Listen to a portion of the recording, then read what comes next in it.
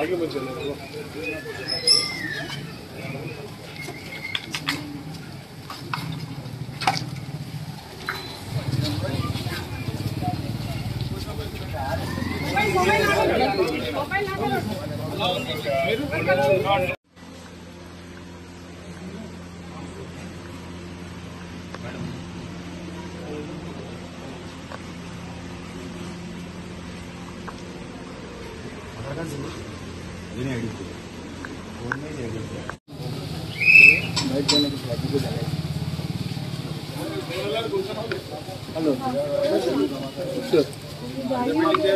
थोड़ा भैया थोड़ा हटाइए कैमरा।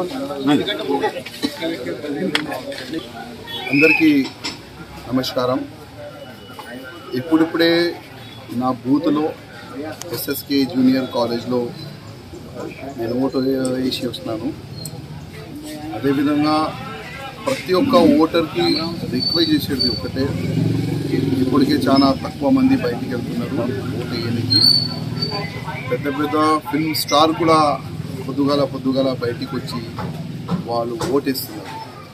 మీరు కూడా బయటికి వచ్చి ఏదైనా క్యాండిడేట్ మీ ఇష్టం, కానీ కంపల్సరీ మీరు బయటికి వచ్చి ఓటు వేయాలని నేను మీకు కోరుతున్నాను।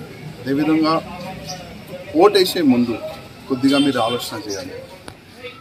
ఇది లోకల్ ఎలక్షన్ కాదు, భారతదేశానికి ఎవరు ప్రధానమంత్రి కావాలి దానికి జరుగుతున్న ఎన్నికలు।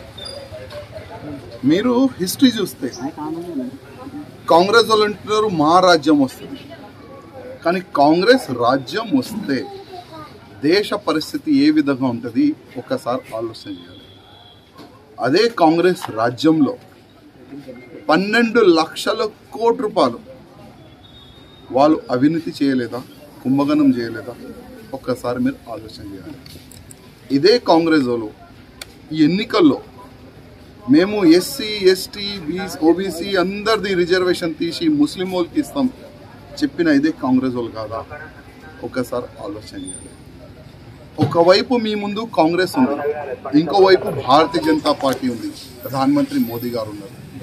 ప్రధానమంత్రి మోదీ గారికి గెలిపిస్తే మనకు ఎంత లాభం ఒక్కసారి మీరు ఆలోచన చేయాలి। ఇవాళ నేను కాదు, యావత్ ప్రపంచం అంటుంది, యావత్ భారతదేశం ప్రజలు అంటున్నారు, జో రామ్కో లయా హై హమ్ ఉన్కో లాయేంగే। ఇట్లాంటి ఒక మంచి స్లోగన్తో బయటికి వెళ్తున్నారు, ఓట్లు వేస్తున్నారు। మన తెలంగాణ ప్రజలు కూడా నేను రిక్వెస్ట్ చేస్తున్నా, ప్రత్యేకంగా హైదరాబాద్ పార్లమెంట్ ప్రజలకి నేను రిక్వెస్ట్ చేస్తున్నా, మీరు బయటికి రావాలి, ఓటేయాలి। ఓవైసీని ఓడిపియాలంటే ఎట్టి పరిస్థితుల్లో 40% ఉన్న హిందువులు బయటికి రావాలి, ఓవైసీ అగ్నిష్గా ఓటేయాలని నేను కోరుతున్నాను। అదేవిధంగా ముస్లిం వాళ్ళకి ప్రత్యేకంగా ఒక రిక్వెస్ట్, ట్రిపుల్ తలాక్ పైన బిల్ తీసుకొని వచ్చిన మోదీ గారే, మీ అక్క చెల్లెల పరువు కాపాడిన మోదీ గారే। నీతి నిజాయితీ ఒకవేళ మీలో ఉంటే మీరు కూడా ఓవైసీకి అగ్నిష్గా ఓటేయాలని మా ముస్లిం సోదరులకి నేను రిక్వెస్ట్ చేస్తున్నాను।